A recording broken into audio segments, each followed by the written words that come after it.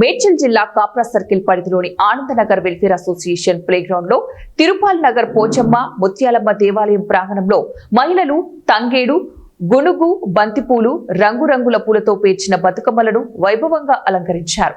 బతుకమ్మ ఆట మొదలుపెట్టిన కొద్దిసేపటికే ఎడతెరిపి లేకుండా కురిసిన కుండపోత వర్షానికి లెక్క చేయకుండా వందల సంఖ్యలో మహిళలు యువతులు బతుకమ్మ పాటలు పాడుతూ ఆడుతూ ఎంగిలి పూల బతుకమ్మ పండుగ సంబరాలతో బతుకమ్మ పండుగకు స్వాగతం పలికారు.